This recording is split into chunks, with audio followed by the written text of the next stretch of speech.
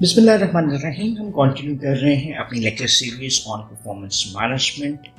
Last lecture में chapter number 8 के बारे में हमने कुछ बात की थी, जिसमें हमने ओवरऑल एम्प्लॉय डेवलपमेंट के डिफरेंट एस्पेक्ट्स को देखा। So we concluded the last lecture on the note that developmental activities क्या हो सकती हैं, और उसको हमने दो हेड्स में बनाया था, ऑन द जॉब और अदर एक्टिविटीज़ जो हैं in addition to on the job. जो एक्टिविटीज़ एक इंडिविजुअल उसमें इन्वॉल्व होकर अपने आप के डेवलपमेंटल प्रोसेस को बेहतर कर सकता है। अभी हम बात करते हैं सुपरवाइज़र के रोल के ऊपर कि what is the role of the supervisor in the whole developmental process for the employees. There are several different responsibilities है। पहले इसको हम देखते हैं, फिर इसके बाद इसके ऊपर डिटेल असेसमेंट पे भी बात करेंगे। सुपरवाइजर इज़ द पर्सन जो कि इस अप्रेजल प्रोसेस में कॉन्टीन्यूसली इन्वॉल्व होता है, जो कि फीडबैक भी प्रोवाइड कर रहा होता है।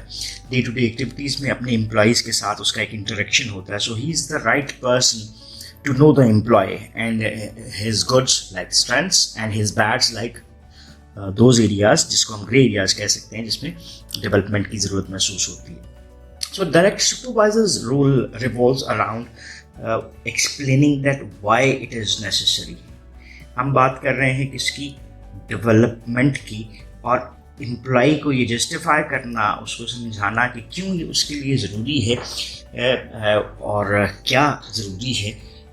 ये एक प्राइम रोल बनता है किसी भी सुपरवाइज़र का। देन सेकेंड एस्पेक्ट में ही refers employees to appropriate developmental activities. जैसे हमने देखा था कि हमारे पास डेवलपमेंटल एक्टिविटीज़ डिफरेंट नेचर की हो सकती हैं, जो ऑन द जॉब में हैं, क्लासरूम लेक्चर्स हो सकते हैं, कोई डिग्री प्रोग्राम भी हो सकता है।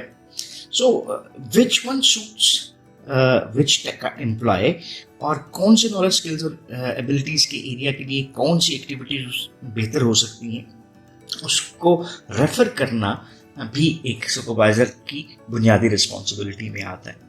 In the end, review and make suggestions regarding developmental objectives.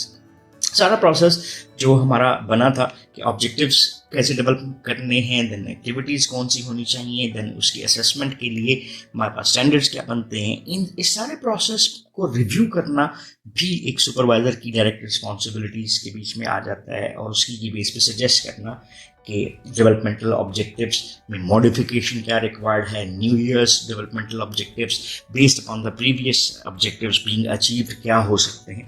That is also the direct role of the supervisor. Then इसी रोल को हम थोड़ा सा एक और अंदाज में भी देखते हैं, which is an ongoing role which continues throughout the review period. वो ये है कि चेक ऑन एम्प्लॉइज प्रोग्रेस। जैसे हमने पहले बात की कि if this is the start of a new year, और ये आपको दिसंबर नज़र आता है, जो कि क्लोजर की सूरत में नज़र आता है, और ये जून। तो इसका मतलब है इस ऑर्गेनाइजेशन में हमने दो रिव्यू पीरियड लिए, first 6 months, then this is the second 6 months। So इस सारे के बीच में एम्प्लॉय की प्रोग्रेस को असेस करना बेसिस पे के मंथली है, वीकली है या क्वार्टरली है, ये भी एक रिस्पॉन्सिबिलिटी बनती है सुपरवाइजर की, which is an ongoing role. Then provide motivational reinforcements. इसके ऊपर भी हम थोड़ी डिटेल में बात करते हैं कि किसी भी एम्प्लॉय के लिए लर्निंग जो है एक ऑनगोइंग प्रोसेस हो सकता है। एट टाइम जो लर्निंग है उसके डायरेक्ट आउटकम्स आपको नज़र नहीं आ रहे होते, जो कि फ्यूचरिस्टिक नेचर के होते हैं। सो उस दौरान एक एम्प्लॉय को मोटिवेट करना और रीइंफोर्स करना बहुत ज़रूरी है, और इस रीइंफोर्समेंट को हम टैग करते हैं रिवॉर्ड्स के साथ, और रिवॉर्ड्स में हम वो इंट्रिंसिक भी लेते हैं और एक्सट्रिंसिक रिवॉर्ड्स के ऊपर भी बात की जाती है। सो दैट इज़ हाउ जो सुपरवाइज़र के रोल्स आपको दो नेचर में नज़र आए, ऑनगोइंग नेचर में भी नज़र आए, और इसके साथ साथ आपको जो रिव्यूज़ हैं उसके हवाले से भी रोल नज़र आता है। अब इसी के ऊपर थोड़ा सा डिटेल में बात करते हैं, और जो आपकी एक मीटिंग है उसको थोड़ा सा देखने की कोशिश करते हैं। जो डायरेक्ट सुपरवाइज़र है या लाइन मैनेजर है, जैसे हमने अभी बात की, उसके ऊपर एग्रीमेंट बनता है कि as an important role in the creation and completion of the employee's developmental plan. Because pivotal role जो सबसे इंपॉर्टेंट रोल है वो डायरेक्ट सुपरवाइजर का होता है in the development of an employ. So एक बेहतरीन आइडिया है, गुड आइडिया जो जनरेट होता है वो क्या है कि supervisors have her own developmental plan.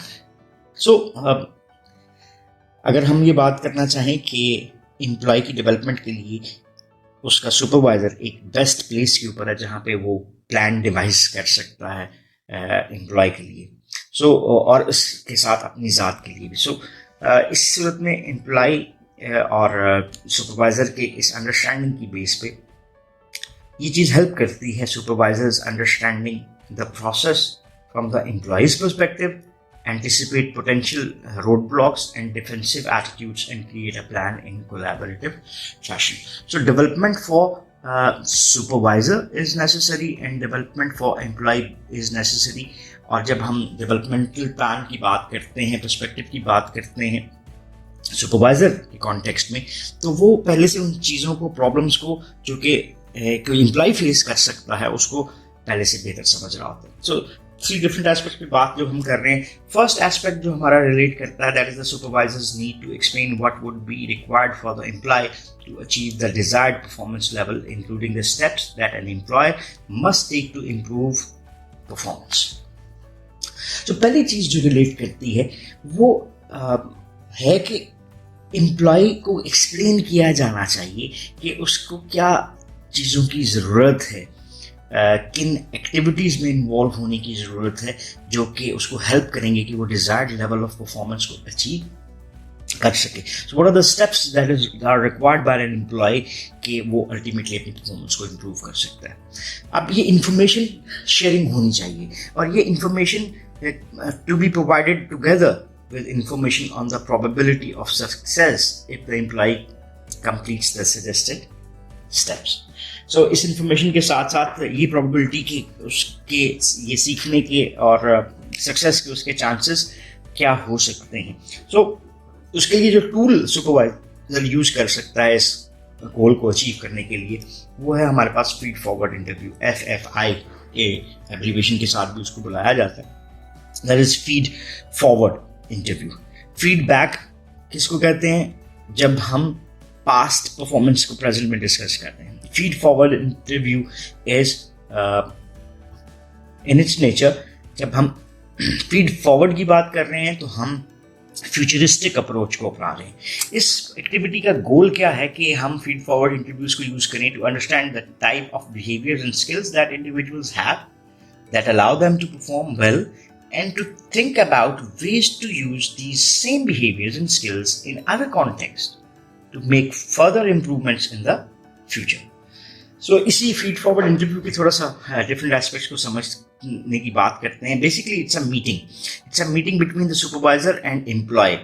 और जो 3 steps इसमें आपको involve होते हुए नजर आते हैं वो पहला है eliciting a success story. इस पे थोड़ी सी बात करते हैं. Then uncover the underlying success factors. And then third one is extrapolating the past into the future. So ये 3 steps का एक FFI का process है feed forward interview का.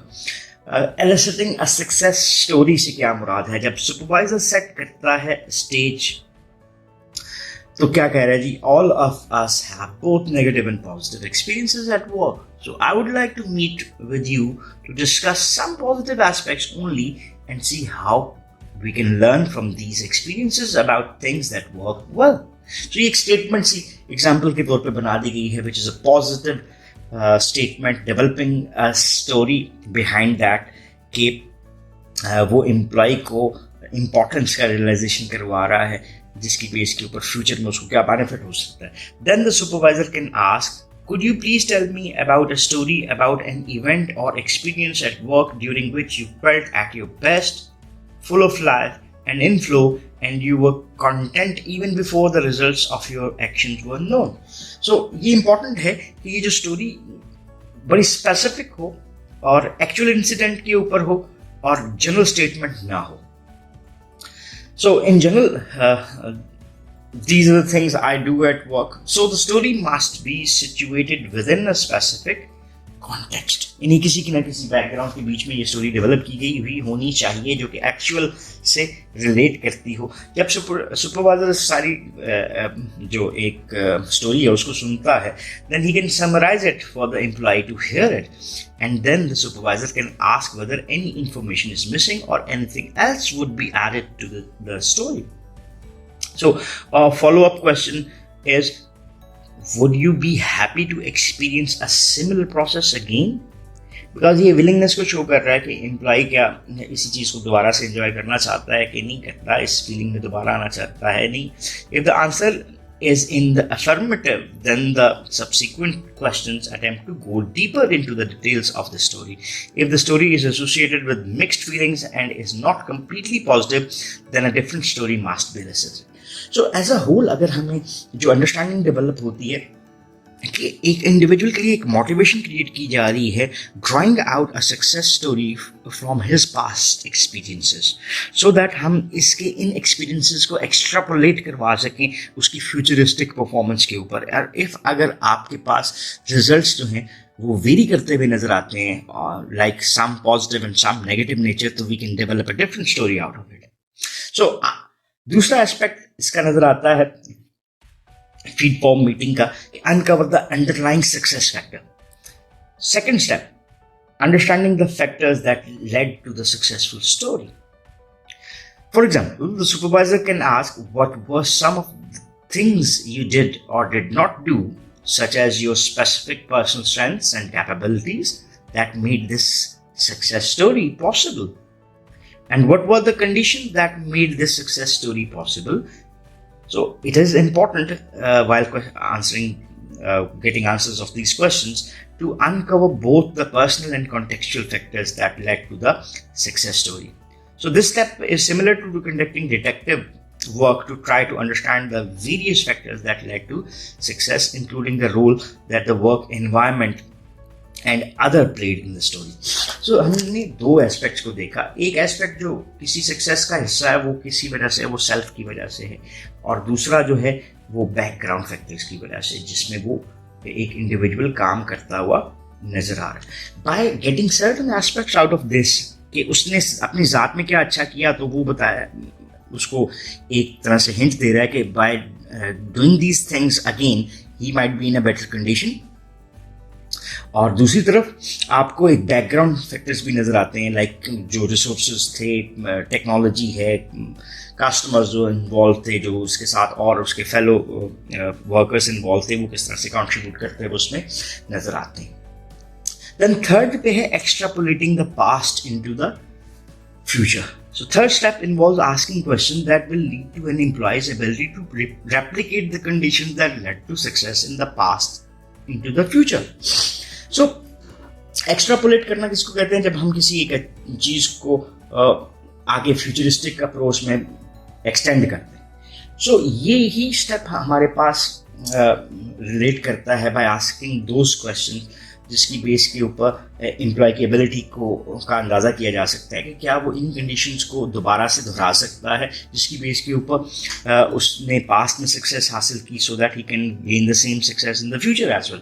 सो the supervisor can first note that the conditions you have just described seems to be your personal code of for reaching.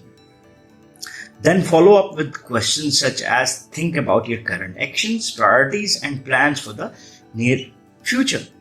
And tell me how you think you may be able to replicate these conditions to be able to achieve the same level of as you did before.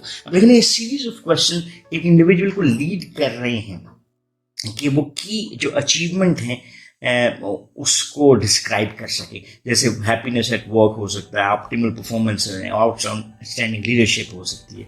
Follow up questions में जैसे think about your current actions and priorities, जैसे and plans for the future, कि उसने क्या अभी के लिए अच्छा किया और फिर उसको नेक्स्ट वीक, मंथ और क्वार्टर के ऊपर वो एक्स्ट्रापोलेट करता हुआ नजर आता है. जैसे उसने फिर इससे क्या अचीव किया जिसको वो रेप्लिकेट करना चाहता है, लाइक सेटिस्फैक्शन है, अचीवमेंट है और परफॉर्मेंस की बात है. सो रिजल्ट्स जो इसके मीटिंग के आते हैं और फीड फॉरवर्ड इंटरव्यू के, may suggest that there may be resources that the employee needs to achieve his or her developmental goal. Second step जो हमें इस supervisor role का नजर आता है, in terms of a supervisor's role, he or she has a primary role in referring the employees to appropriate developmental activities that can assist the employee in achieving her goals. So this includes helping the employee select a mentor, appropriate reading resources, courses, etc. So suggestion of which activities to opt in order to achieve success is the responsibility of the supervisor. और third के ऊपर supervisors reviews and make suggestions about the developmental objectives. Supervisor का काम, जैसे हमने पहले भी slides में डिस्कस किया था, कि उसका काम है कि वो रिव्यू करे और सजेशंस दे about the developmental objectives. Specifically अगर सुपरवाइजर हेल्प करता है to assure the goals are achievable, specific and doable, और देन फोर्थ के ऊपर आपको क्या नजर आता है, supervisor has primary responsibility for checking on the employees progress towards achieving the developmental goals. Finally, अगर हम बात करें तो supervisor needs to provide reinforcements, जैसे हम rewards की बात करते हैं, to the employee so that the employee will be motivated to achieve the developmental goals. So reinforcements can be extrinsic in its nature and include rewards such as bonuses, additional benefits, but reinforcements can also include the assignment of more challenging and interesting work that takes advantage of the new skills learned. So ये intrinsic nature के भी हो सकते हैं और extrinsic nature के भी हो सकते हैं. दूसरा एस्पेक्ट इसका आता है कि supervisors themselves need to be motivated as well, कि वो ये functions अच्छे तरीके से परफॉर्म कर सकें ताकि वो एम्प्लॉय को अच्छे सपोर्ट प्रोवाइड कर सकें और उनके डेवलपमेंटल ऑब्जेक्टिव्स को अचीव करवाने में सपोर्ट कर सकें. और दूसरी चीज़ जो है वो FFI भी है, कि जो फीड फॉरवर्ड इंटरव्यूज में उन्होंने इन्वॉल्व होना है उसकी एक मोटिवेशन की क्रिएट हो. इस सब को करने के लिए supervisors must be rewarded as well for doing a good job in helping their employees develop. और then managers, so employee development is measured in terms of employee training and certification levels. So managers are given at least quarterly updates on the status of their staff development. So in addition, employees themselves are rewarded for engaging in developmental activities ताकि उनकी भी एक motivation increase हो. So in fact, only employees with up-to-date training and certification levels are eligible for bonuses. So ये एक आपके पास एक तरीक़ाकार हो सकता है continuous motivation का, कि सिर्फ वो लोग जो कि updated skills रखते होंगे, trainings रखते होंगे, certifications रखते होंगे, सिर्फ उनको salary में bonus मिलेगा और दूसरों को नहीं मिलेगा. So thus employee development is successful tool. और ये जो example हम book में use की है, आप उसको रीड आउट भी कर सकते हैं KLA 10 कॉर के हवाले से, कॉर्पोरेशन के हवाले से. So by summing it up, factors that are promoting successful implementation of personal developmental plans, ये आपके पास different aspects हैं जिसको मैं नंबर करता जा रहा हूँ आपके लिए, कि ये करके हम as a whole success achieve कर सकते हैं. So in short, the direct supervisor plays a key role in the success of the developmental plans. So box number 8.2 में उन्होंने एक एग्जाम्पल भी दी गई है, दैट इज डियागो, और वहाँ पे किन चीज़ों को अडॉप्ट किया गया in order to achieve the desired outcomes. So that's all for this lecture. And if you still have any question or queries, then you can ask in the comment section and we would definitely love to answer those. So once again, thanking you. Have a nice time. Allah Hafiz.